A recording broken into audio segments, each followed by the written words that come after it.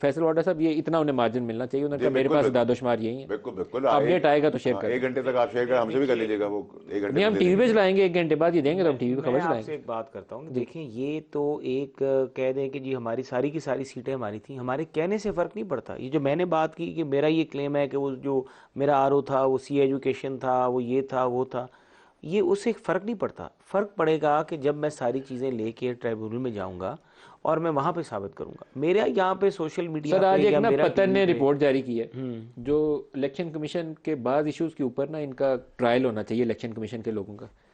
आपका result management system था 2013 में, वो बैठ गया था, इसके पे पतन ने नहीं की, वैसे मैं आपको बैकग्राउंड दे रहा हूँ।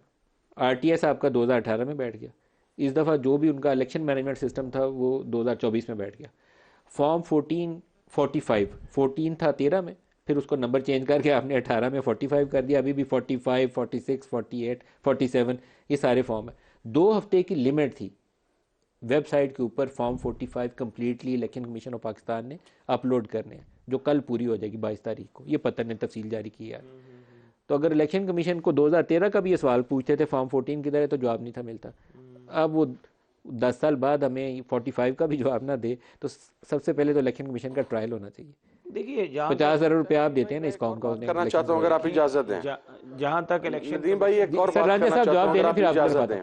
जहाँ तक इलेक्शन कमीशन में सर मैं आता हूँ आपकी तरफ, राजा साहब जवाब दे रहे हैं। जहाँ तक इलेक्शन कमीशन के अंदर जो प्रॉब्लम्स हैं उनका तो बिल्कुल आप समझ दुरुस्त कह रहे हैं, और वाकई वो होना चाहिए ताकि इलेक्शन, आने वाला इलेक्शन, मैं तो पिछले इलेक्शन में भी ये कह रहा था कि यार ऐसा इलेक्शन ना हो कि यहाँ पे डी चौक में लोग बैठे हों, क्योंकि 13 में इलेक्शन हुआ तो डी चौक में बैठे हुए थे, 18 में इलेक्शन हुआ तो फिर यहाँ पे रौनक शुरू हो गई, उसके बाद फिर अब 24 में हुआ तो फिर वो काम शुरू अब तो सारी पार्टियां, अब तो सारी पार्टियां, तो ये जो चीज़ है ये मुल्क की सालमियत के खिलाफ चीज़ जा रही है। इलेक्शन कमीशन को आपको बिल्कुल ऐसा बनाना पड़ेगा कि वो फुल प्रूफ हो, और उसके लिए चाहे जो भी करना पड़े, सारी पॉलिटिकल पार्टीज को बैठ के, अब कौन नहीं रो रहा, हर बंदा कह रहा है कि जी मेरे साथ ये हो गया, मेरे साथ ये हो गया, तो बेहतर है पार्लियामेंट में जाएं, बैठें।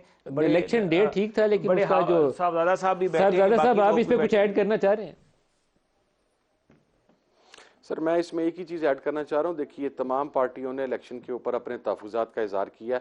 सवाल ये है कि जब तमाम पार्टियों का इलेक्शन के ऊपर अदम एतमाद है और अपने तहफ़्फ़ुज़ात का इज़हार है, तो सब मिलकर फिर चीफ इलेक्शन कमिश्नर के इस्तीफ़े की बात क्यों नहीं करते, क्यों उनकी अकाउंटेबिलिटी की बात नहीं करते कि पूरी मुल्क की सालमियत उन्होंने स्टेक के ऊपर लगा दिया। कोई भी आदमी अपने रिजल्ट से राज़ी नहीं है। यहाँ पर कमिश्नर एक साइड पर प्रेस कॉन्फ्रेंस कर रहे हैं, मोहसिन शाह नवाज रांझा साहब फरमा रहे हैं मेरे अपने हलके के अंदर नदीम भाई, मेरे प्रिजाइडिंग ऑफिसर को रात 9:30 बजे, सॉरी मेरे आरओ को रात 9 बजे मेरे और मेरे 3 एमपीएस की मौजूदगी के अंदर ले जाया गया, और वो अगले दिन शाम 4 बजे तक नहीं आया।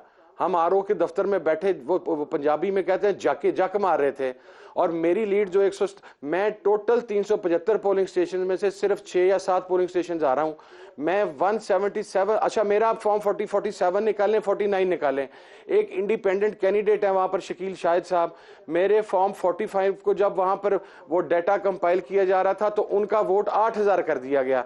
जब मेरा फॉर्म 49 आया है तो उनका 8000 वो उड़ गया है, उनका टोटल वोट 1000-1500 था, वो 7000 वोट दोबारा मेरे वोटों में ऐड ऑन हुआ है, तो मेरी लीड जाके को 43-44 हजार बनी है।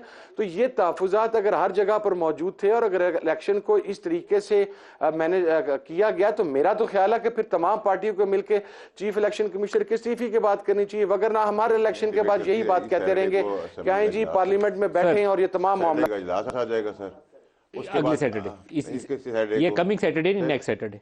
उसके बाद अगले हफ्ते उसके वो प्राइम मिनिस्टर हो जाएंगे, उसके अगले प्रेसिडेंट हो जाएंगे, चांद पे ये हुकूमत बनाएंगे, इनकी हुकूमत बनना शुरू हो गई है।